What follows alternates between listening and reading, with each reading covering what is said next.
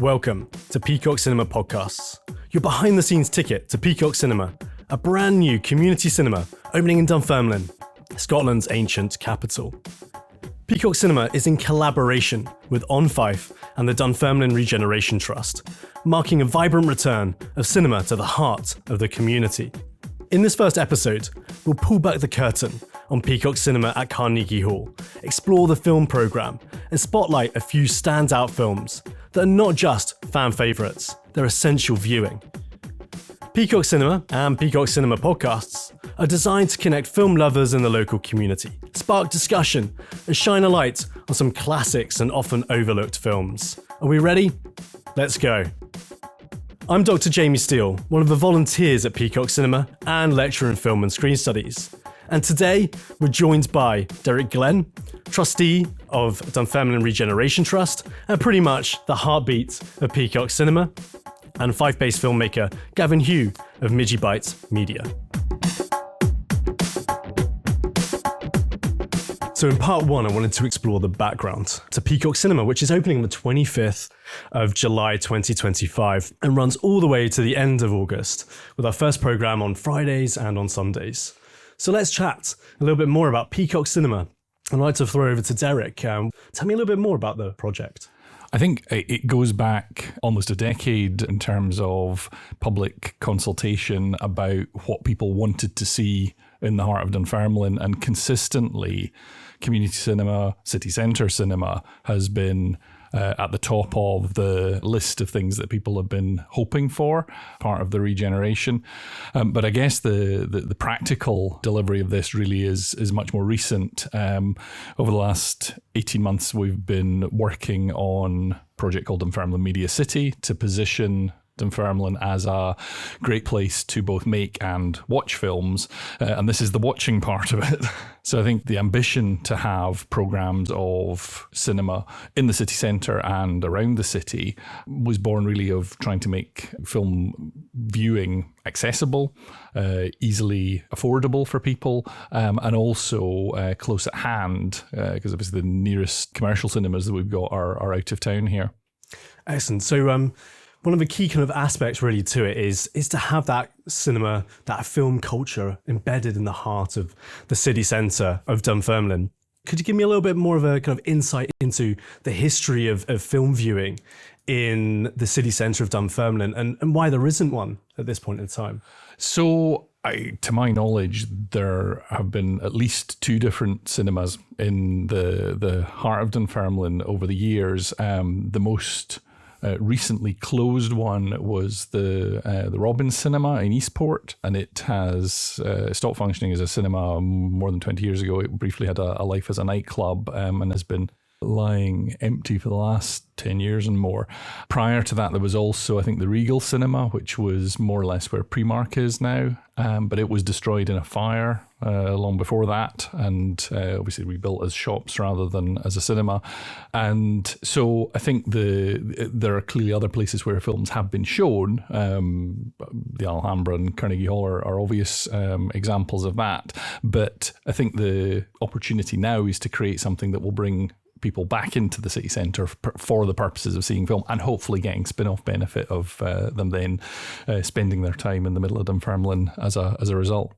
Excellent. So let's talk a little bit about Carnegie Hall. So you've kind of referenced that and discussed that films were screened previously in Carnegie Hall as part of kind of On Fife and their previous programmes. So why are we choosing Carnegie Hall? Why is that such a perfect location for us to kickstart Peacock Cinema? Largely, it's been a result of the superb support that we've had from On Fife as we brought this project together. We started thinking about it in earnest just at the very tail end of 2024, and having done a number of things, including our Media City showcase in November at the fire station, we were approached by various people to offer their help and support. And as a consequence, we've ended up with a team of volunteers who have absolute wealth of experience right across the cinema spectrum, from people who are technical experts in projection equipment right the way through to folk who have experience under their belt running international film festivals. And with that together as part of the Peacock Cinema team, we then were offered support from On Five, who I think had plans to make more of the Carnegie Hall as a filmmaking venue back in 2019. They invested in mobile cinema kit that could be used in the studio there. And then COVID hit, which spiked their ambitions at that time. So it's really great to be able to bring them back to the fore now. We're talking about Carnegie Hall as a perfect location in the city centre, about bringing cinema back to the heart of Dunfermline. And you've kind of talked about affordable pricing. We're starting with £6 for adults. We've got concessions at around kind of £5. So we're going to be really able to bring people into that kind of film viewing. We'll talk a little bit about the programme later on. But one of the key things and one of the essential parts of Peacock Cinema is to tackle isolation, to make cinema represent the community.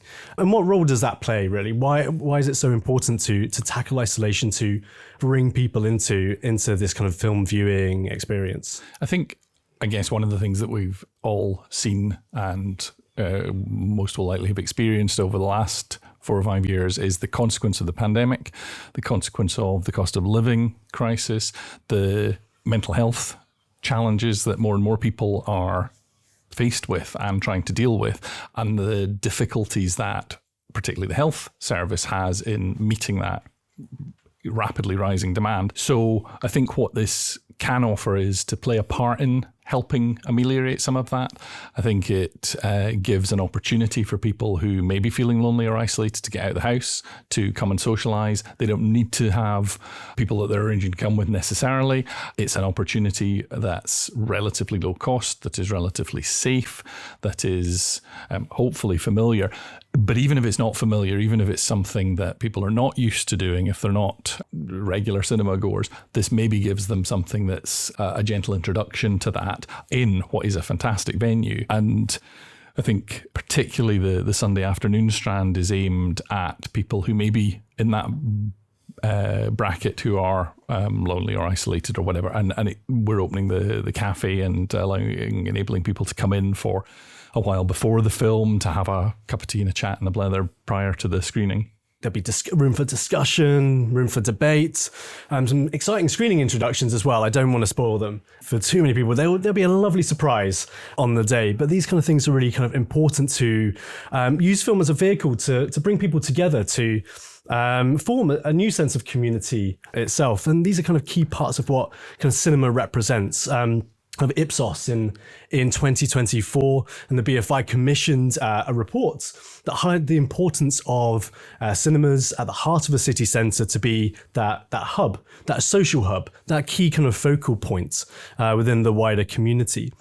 And this is something that's so kind of important to town centres at this point in time. But it's not just, as you say a little bit earlier, Derek, it's not just kind of coming in, watching the film, having a chat, but also the things that they do afterwards in the city centre as well. It adds to it, makes it a much more kind of vibrant and exciting place to be. And I think this is one of the reasons why it's been so helpful to use the Dunfermline Regeneration Trust as a vehicle to help deliver this, because our aim as a charity is to bring new life into some of the underused or unused bits of our built environment as part of the revitalising of the city centre. And what we hope that we're doing by opening a little studio in the fire station, by bringing new activity into the Carnegie Hall, into the studio there, other ambitions that we have to use empty spaces around the city centre for film production spaces, is to give people new purpose to come into the city centre and to build almost an ecosystem, initially around film production and watching, but that should be part of that wider media city vision, which can embrace things like esports. It can embrace things like the wider cultural offering that we have, and we've talked as local councillors also about having aspirations in the future to pitch Dunfermline as the city of culture, for example. So, spoiler alerts, we're currently in the fire station creative at the moment, using one of those kind of wonderful spaces that you outlined, Derek, for the film education Dunfermline. And you've talked about the Dunfermline Regeneration Trust. You might give me a little bit of an insight into those different kind of components to it and how we can make media form the focal point of Dunfermline. So I guess as part of that wider Dunfermline Media City vision, we've looked at 4 different strands of activity. One of them is around film watching, which Peacock Cinema is the kind of the obvious product of that at this stage. One of them is around film production and creating spaces where people can make podcasts, films, do editing, etc. The studio is one example of that that's already in play. We're looking to develop Dunfermline as an offering, as an attraction for inward investment for film production companies to come and base themselves here. Not necessarily for sort of front of house shooting in the same way that somewhere like the Pyramids at Bathgate or Ward Park in Cumbernauld is, but recognising the strength and the vibrancy of the Scottish film industry. I think Dunfermline offers a place where the back office for a lot of those productions can be, whether that's costume design or set storage or post-production and editing or even the accounts team, that sort of thing. It's cheaper, easier and more accessible to base that here than it is, say, at the heart of Edinburgh or Glasgow. And then the fourth one really is around education. So we've taken inspiration from a number of sources, including Screen Edinburgh, and set up Film Education Dunfermline. We've already been able to deliver a filmmaking academy, which delivers some employability outcomes in partnership with Fife Council. We run weekly acting for screen classes Monday evening, if anyone's interested. We've also been in discussion about setting up the first Scottish film and screen chapter of the National Saturday Club in partnership with Fife College, and we're hoping to be able to get that off the ground in the next academic year. And we've also been working really closely with Screen Scotland to try and help promote their new film and screen curriculum for Scotland, which gives youngsters all the way from early years right through to the end of high school opportunities to tell their stories in film. It's a question of regeneration, isn't it?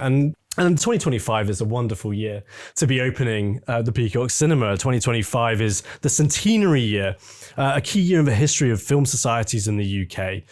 So it marks effectively 100 years since the first official meeting took place on the 25th of October, 1925 in New Regent Cinema in London, which is inspired by the film societies of France and Germany. So we're kind of there opening on the 25th of July.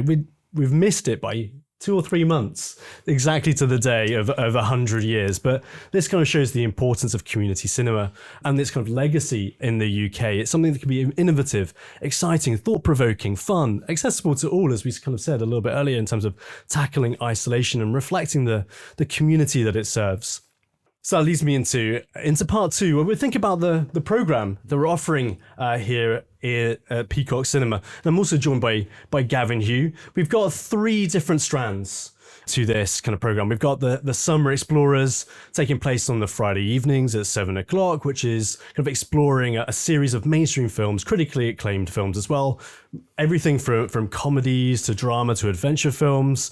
We've also got the Junior kind of Explorers strand on the Sunday mornings at 11 a.m, aimed at families and is curated to ensure that there's something for everyone, from classic family films to more recent films as well. And we've also then got on a Sunday afternoon, the classics kind of strand as well, with time set aside for a chat, some screening discussion, both before and after the film screenings as well. Okay, so that gives us a bit of an overview of the programme. And there's a really exciting kind of programme that kickstarts with the Darjeeling Limited on Friday evening on the 25th of July 2025. So we're starting with Wes Anderson. You may have seen the Phoenician Scheme, recently released this summer. And we're kind of kickstarting with Wes Anderson as well. He opened the Venice Film Festival in 2007. So if it's good enough for the Venice Film Festival, it's good enough for us, I would say, as our opening film. It has a sensational cast of Owen Wilson, Adrian Brody, Jason Schwartzman, Angelica Houston, a dazzling, hilarious film. Got its deadpan comedy, its tonal kind of colour palette that's clearly Wes Anderson. With its kind of blues, its yellows, there's a little bit of vibrancies as we start our cinematic journey in India. So I just wanted to ask you guys what your hot picks were from the programme. Is there anything that we really should be looking out for? I am personally buzzing for Muppets Most Wanted because, frankly, that is nothing but cinematic joy. I adore it. I actually really like the Muppets reboot in 2011 with Jason Segel. I actually think it's really, really good. But do you know, something about Muppets Most Wanted just clicks for me. Maybe it's just so musical, maybe it's just so fun. And if you want something that's family-friendly entertainment, it's a perfectly innocent film. It kind of feels like it's, I don't know, almost a film from a bygone era when you'd have your celebrity cameos and a bit of Jim Henson puppetry. And there's an innocence to it. It just, I implore anyone who hasn't seen it, check it out. It's majestic. There's a great selection here. There's a really nice balance between what I'd say maybe sort of high art, auteur kind of filmmaking, also balanced with some real kind of crowd pleasers. And I think everyone here from Cinema Paradiso, which is just, I mean, that is sublime. And it was also came out in the year that I was born. So, you know, Planes, Trains and Automobiles, great. Again, feels like an iconic Christmas film. Lost in Translation, a Japanophile. I mean, that is just Bill Murray at its best with Scarlett Johansson. I mean, I don't know how you picked these films, but there's a great selection here. So very well done. Very well chosen. I mean, there's a few Bill Murray references in here as well. Yeah, there are actually. It dawned on me that he's in the Darjeeling Limited at the opening. Mm-hmm. We kind of see him running frantically for that train in the opening sequence. And then obviously he's lost in translation in Tokyo in Japan as well. So you've kind of teed up some of the key kind of kids films. We start with Muppets Most Wanted on Sunday the 27th of July at 11 o'clock. Then we're into Ratatouille a week later. But we've also got, as part of a kids program, some Aardman as well. Yep. The Pirates, an adventure with scientists. And we end with a little bit of Disney. Yeah. Can't go wrong with a little bit of Disney. Well, depends on the era. The direct-to-DVD sequels maybe notwithstanding, but, other than that, I think we're good. You've also given me a terrifying realization, Gavin, that I'm older than you. Oh, right. By saying that it's released in the year that you were born in 1988. Yeah. I know. I mean, Housekeeping was the one that made me feel terrified, as well as The Breakfast Club. Oh, I mean, that's... 40th anniversary in 2025. And we're screening it just to kind of conclude our film program, but it's celebrating its 40th anniversary this year, which is truly horrifying to think of something that is... Well, see, it's nostalgia. It is. It's nostalgia. But what's weird about it is it gives me 80s nostalgia and I wasn't alive. And I really don't understand that, because whenever I see it, it's kind of like Back to the Future. It's like a perfect encapsulation of an era. Yeah, I mean, it's John Hughes, right? It is. Yeah. I'm trying to remember all these films. Home Alone. Yes. I mean, it's an iconic film. And I mean, if you haven't seen it, again, it's one of those sort of classics that just, as I say, it's timeless in its sort of themes and characterization, but also just a perfect encapsulation of a time period.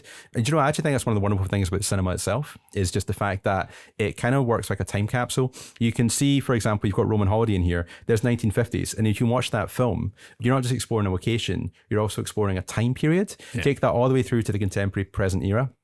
And I also think what's wonderful about sort of exploring a number of films from across different time periods and different decades is that you can see the evolution in the technology as well.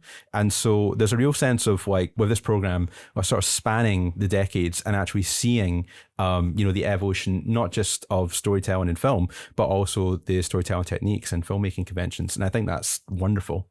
Absolutely. I mean, I think the couple that I'm particularly looking forward to, Lost in Translation, like you, I spent a lot of time in Japan around 20 years ago. And so when it came out, the feeling of being an outsider in Japan was very fresh and familiar to me. And whilst the portrayal of Japanese culture and so on is a bit stereotypical in the film, and there was quite a bit of backlash afterwards as a result of that, and it didn't do very well in Japan, understandably. I think if you understand that is showing the perspective of the outsider's view of Japan when they are unfamiliar with it, then it's much more understandable. Absolutely. And I think it'll be interesting to see how it rewatches 20 years later, when we're all probably much more familiar with Japanese culture thanks to the internet.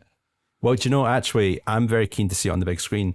I'm particularly frustrated by Lost in Translation, not because it's not a great film, but because my copy on DVD's got a scratch. And I can't watch it anymore. So I can get about 25 minutes in and then it just stops. So I haven't actually seen the end of the film in quite some time. So it'll be nice to actually come along. There's a good reason to come along to the cinema. If your DVDs are scratched, no longer working, come along, see it on the big screen and actually see how the film ends. It's a great reason to come along. I guess the other one that I'm really looking forward to is Chitty Chitty Bang Bang. And I guess that'll be something that a lot of people will have seen on their home screen, maybe even multiple times. But I remember that fondly from own childhood when I was coming at it very much from being a fan of the songs, but it became an absolute staple in our household when my son was young, and he watched the DVD on repeat for months and months and months. And the thing that really hooked him about it was the car. He was obsessed with Chitty Chitty Bang Bang, with Top Gear and all their challenges, etc. So being able to see that on the big screen, I think, will be a real treat. Do you know, it kind of reminds me of sort of Sunday mornings at Grandma's house. That's kind of, it has that kind of nostalgia attached to it. And again, it kind of comes back to that kind of family programming that we're talking about. So there's something here that kind of appeals to everyone of different age ranges. But I also think one of the wonderful things about cinema, just as an art form, is that it is cross-generational. And you can have those stories that connect. You can share, for example, a film that you loved when you were young with the next generation. And the classics are still classics. I mean, sure, we're talking about film technology and the fact that obviously it gets more modern, probably a lot more CGI these days, probably a lot more risk assessments, which isn't necessarily a bad thing. But also the fact that, if there's something that you really loved and the story is timeless, then that can connect with generations further down the line. And, talking about maybe things like tackling isolation or bringing communities together, what can bring communities together more than something that can appeal across the generations and that you can share with people who maybe have not seen these things before, and actually inspire a younger generation to kind of like appreciate these wonderful classics. It highlights kind of the focus of community cinema and what its kind of purpose is to have that educational value. It's about sharing. Sharing is caring. And being able to kind of share your love of film, your passion for film, and certain films from film history with the next generation is something that's really at the heart of this kind of program as well. And it kind of leads me into, we're talking about films that are timeless. Roman Holiday, I know we talked a little bit about it a bit earlier, but for me, Roman Holiday is something that I'm really kind of excited about on the 24th of August, on Sunday the 24th of August at 1:30. Because for me, it gives me the opportunity to crowbar in at any opportunity that Audrey Hepburn is Belgian, which is a fun fact that no one else knows. Brilliant. Well, you will know if you Google her or look her up on IMDb. You'll see that she was born in the southern district of Brussels in Ixelles, which is where Agnès Varda was also born as well. A key figure of the French New Wave, who's also Belgian, I will claim it. As a writer on Belgian cinema, any opportunity to mention that is really kind of key. And that also kind of epitomizes why we see Audrey Hepburn as representing something that's quintessentially European. In all of her films, she seems to be the example par excellence of European high culture. And I'm going away a little bit from the program here, her later films like Funny Face, where she speaks French, goes back to the fact that she grew up in Brussels. And also the fact that in her first feature film, Roman Holiday, that we're showing, she plays a young princess, and her mother is descended from the Dutch royal family. So it kind of neatly sums up Audrey Hepburn right into a little package there. And the part of the film that really speaks to me is that kind of vulnerability that Audrey Hepburn shows in the film. She's regal. She is statesman-like on the outside, but William Wyler kind of peels beneath the surface. At different moments, we see kind of her feet frantically kind of shimmying around at one point. And that for me kind of shows this kind of innocence, this softer side that is something that really epitomizes Audrey Hepburn as a star, as an actress. And there's no wonder that she was one of the winners of the Oscars in that year as well. So it's a great film to check out, just to kind of see Audrey Hepburn at the start of her career. And riding a Vespa. Don't see too many of those nowadays, do we? Not so well. I actually just had a Roman Holiday last year. It was lovely, and I saw plenty of them kicking about, and they're quite iconic bikes. But seeing them in the flesh, it's quite something. So, as part of our program, we embark on that kind of cinematic journey, and one of the key kind of strands to that was like as if we're boarding, using our passports and going to these different locations. And for me, when we look at the different weeks, starting on the Friday nights, for example, we start in India, we move to Poland, we move to Canada, over to the USA. We've talked a little bit about Japan, and we end our journey on the Friday nights in Italy as well. So Roman Holiday, at the end of week 5, moving into the start of week 6 on Friday the 29th of August with Cinema Paradiso. We kind of end our journey. We disembark in Italy, which I kind of see as kind of a key part of cinema, is exploring different cultures, different backgrounds, and using film as an experience. I was going to say, I think one of the things that's underappreciated about cinema as an art form is that it can transport you to different locations, different time periods, and different countries. And particularly when you're young, but also if you think of eras gone by, maybe post World War II, not many people necessarily had that much disposable income or the opportunity to travel the world. And I'm a huge fan of the James Bond franchise for this reason. You often see encapsulations of cultures at different time periods within those films. And I think that's something that in the modern era of cheap travel, or, relatively cheap travel, people don't necessarily appreciate, because you actually are getting insight into other ways of life, other cultures. Say, for example, you lived in Dunfermline in, say, the 1950s. You might not have the opportunity to travel to, say, China or Italy or any country. And so I actually think this is something that is kind of nicely kind of reflected here. The fact that you can actually see other countries, see other cultures, and gain appreciation for them. And I think that that's something that we don't really think about enough in our kind of contemporary era, is that cinema allows you to explore other places, other time periods, and other cultures.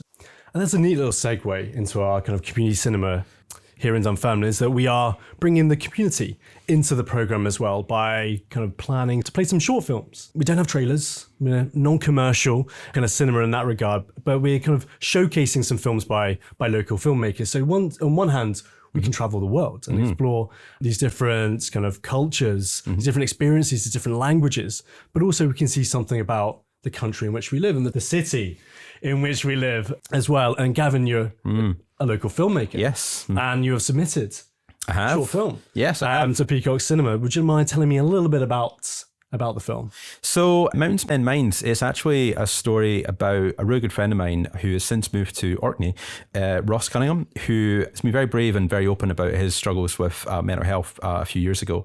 He found a sort of like a release and kind of a sense of purpose, freedom, by taking on the Munros of Scotland and climbing all of them.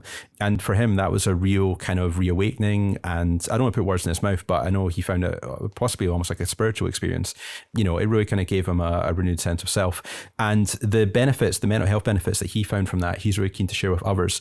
So he's become a bit of an ambassador, an advocate for hill walking, particularly for men's mental health.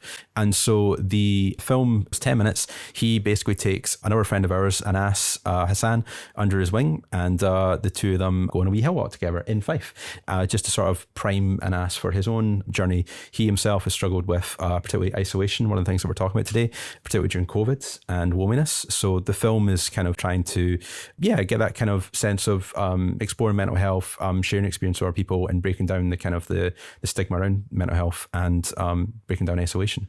So it kind of ties back to what the themes that we're talking about. Shows the potential of film, really, isn't it? It kind of gives us the opportunity to open up, to explore important kind of issues at this point in time. I mean, that kind of question of mental health is also something that reverberates through a film like Lost in Translation, when in your work as well, you're kind of using film as an opportunity to grapple with important issues at this point in time, and allow people to maybe open up about it, to discuss it more freely, and as you say, to reduce that stigma. And that's kind of what the potential that film has today. I mean, I think one of the things, and this is really key, you were talking about this earlier, Derek, is the fact that cinema as an art form, I think, is almost under threat.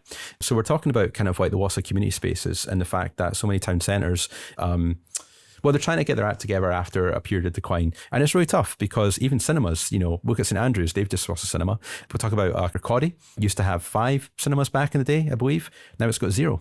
These community spaces are under threat. And we've got so many competing things for eyeballs now. You've got Spotify, you've got social media, you've got TikTok, and trying to get people not to watch like a 5-second, 10-second clip on Instagram, but actually to appreciate long form storytelling as an art form, and the way in which that can bring people together and connect you with other people and cultures and your local community as well. It's really difficult. So I think like an initiative like Peacock Cinema is really valuable for trying to celebrate this as an art form and reassert why this is important, not just for preservation of storytelling and cinema as an art form, but also the fact that it brings people together. It's a community experience. Yes, you can watch cinema at home on Amazon Prime or Netflix, but there is nothing like being in a cinema and everyone's jaw dropping at the same moment and everyone feeling that sense of awe and wonder when, it's that kind of shared experience that you go through with other people. That's what I love about cinema, and I want to see more of that. I want us to celebrate it. And one thing I'd also add to that is just with regards to showcasing, work by local filmmakers in Fife. I think it's really important to celebrate people in the community who aren't necessarily making things with the big cinema studio system behind them, but are actually doing things for a love of the art form because they have stories to tell. And there's no reason why someone living in Fife, living in Dunfermline, doesn't have an amazing story to tell. And, you know, they're working with potentially very limited resources, very limited budget, and yet they can create something that's very moving, very powerful, very funny, very evocative. And I think showcasing that is something we need to do more of. We need to inspire more people to do this. Cinema isn't just this, you know, like coming down from on high Hollywood system. It's a way of bringing people together to like create films and tell stories. And you don't need a massive budget to do that. You just need a passion and enthusiasm. And what this has given, a platform. I mean, this is something that's not new in Scotland at all either. I mean, just going back to the 1970s, and we have kind of filmmakers like Bill Douglas growing up in a very poor working class coal mining community in New Craig Hall, who then makes films about his childhood. He calls his first film My Childhood, which is only 45 minutes long. And it kind of explores in a very kind of detailed, nuanced, textural way the struggles that he experienced kind of growing up. And that was something that was not celebrated within Scotland in the 1970s. And it's only really getting a second life again when his films were recognized as important parts of high arts in loose inverted commas within France in 2012, 2014, where he was then kind of reappraised. So this is something that's always kind of existed in Scotland in terms of kind of filmmaking, and it's always been a kind of one of those kind of key challenges for filmmakers wanting to explore their own backgrounds in film and try something different. And within this kind of program as well, and by giving this kind of platform, we hopefully open up those opportunities and those possibilities to local filmmakers. And keeping it local, Gavin, you're the founder of Creative Film Fife. Would you mind telling me a little bit more about it? Yeah, so Create Film Fife was set up in 2019, basically just because there was actually a network called the Fife Film Crew on Facebook, which was run for several years, but that group shut down. And it was a really nice initiative just to sort of bring local filmmakers together as a community. And so I just wanted to set up a replacement. Basically, the idea is to have networking events, to get people together, get them talking, get them just collaborating. And so the challenge with this is that it's really just me. Tried over the years to get a number of volunteers involved, but the thing is, I think people are more interested in making films rather than running events to celebrate the films. That's fair enough. I get that. So effectively, what I've been doing is just now and again, when I've had the time, and I don't have that much time, just kind of like putting on networking events. And the last one we had was in May 2024. We had a really good event. There was about 150 people turned up at the Hammersmith Theatre in Kirkcaldy, different filmmakers, not just from Fife, but across Scotland. And there's such a wealth of talent here in Fife, and it really should be recognised and celebrated. I mean, you've got David Isaac, who made Skinjacker right here in Dunfermline. Going back to Kirkcaldy, Robbie Davidson, who is a really good friend of mine, and I've got nothing but admiration for. Punk artist, but also created his own feature film, Dick Dynamite, which is now available on Blu-ray, or you can watch it on Amazon. Incredible World War II sort of Arnold Schwarzenegger tribute. It's got Nazis, it's got zombies, it's got all kinds of crazy carnage and chaos. It's nothing but juvenile fun, and all the better for it. And this is entirely self-funded. So these are filmmakers who are doing things with their own resources and their own talent. And, you know, bringing them together through Create Film Fife has been really worthwhile. And again, it comes back to that key word that we keep talking about, community. It's all about community. People are doing amazing things, but oftentimes they're doing them in silo. So I really want to bring people together and get them speaking to one another and just recognizing all the great stuff that's happening here. So is this a call for volunteers then? 100%. Yeah. What would you like to see in Fife? What would be the most beneficial thing? Money. I want money. I mean, like, because we're all broke. No, I mean, the reality is it's very difficult because as I say, a lot of the infrastructure is based in the Central Belt, but that's necessarily, kind of by virtue all over in Glasgow. There's a little bit in Edinburgh, but it's very difficult in Fife to find, say, for example, studio facilities or even just kind of know who's out there. So I think really just kind of like network with people and getting these opportunities to connect and talk to each other. That's why I'd encourage people to come along to this event at Peacock Cinema, come along and actually meet some other people who are interested and passionate about film. So yeah, come along to this event and get involved and see if you can meet some other creative folk who might want to also make some films. And Gavin, you haven't used this as an opportunity to crowbar in how to contact you. So you can contact me. I'm available on LinkedIn or Facebook, but Gavin at midgiebitemedia.scot. Midgiebite Media has been my freelance videography business for the last few years, but I'm doing a lot less videography these days because I'm mostly focused on working at Edinburgh College as a film lecturer, which I'm really enjoying because I'm passionate about film. But yeah, I'm always keen to hear from new people. So if there's any filmmakers out there who want to get in touch, then please do so. So yeah, I just wanted to end by saying well done to you guys for organising all this, because I appreciate it's a mammoth effort and a Herculean effort to take on something like this, but it's a really great opportunity for Dunfermline. It's exactly what I think the community is calling out for, and yeah, I can't wait to see it happen. So seriously, well done to you guys for taking initiative and doing all of this. Onwards and upwards. I can't wait to see the films. Brilliant, thank you. Thank you. So thanks to Derek and Gavin for having this nuanced and detailed discussion with me about the background to the Peacock Cinema and discussing our kind of vibrant and exciting programme. And as a quick reminder, we open on the 25th of July 2025 with Wes Anderson's The Darjeeling Limited from 2007. So if you've just seen his most recent film, you may want to take a step back and watch his previous film with us on that opening Friday. In our next episode, we'll take a deep dive into the films of Bill Forsyth, one of Scotland's greatest filmmakers. We'll be joined by Dr. Brian Hoyle, senior lecturer at the University of Dundee and an expert on Bill Forsyth's Housekeeping, which is playing with us on the 8th of August 2025. So tune in then, and thanks for listening.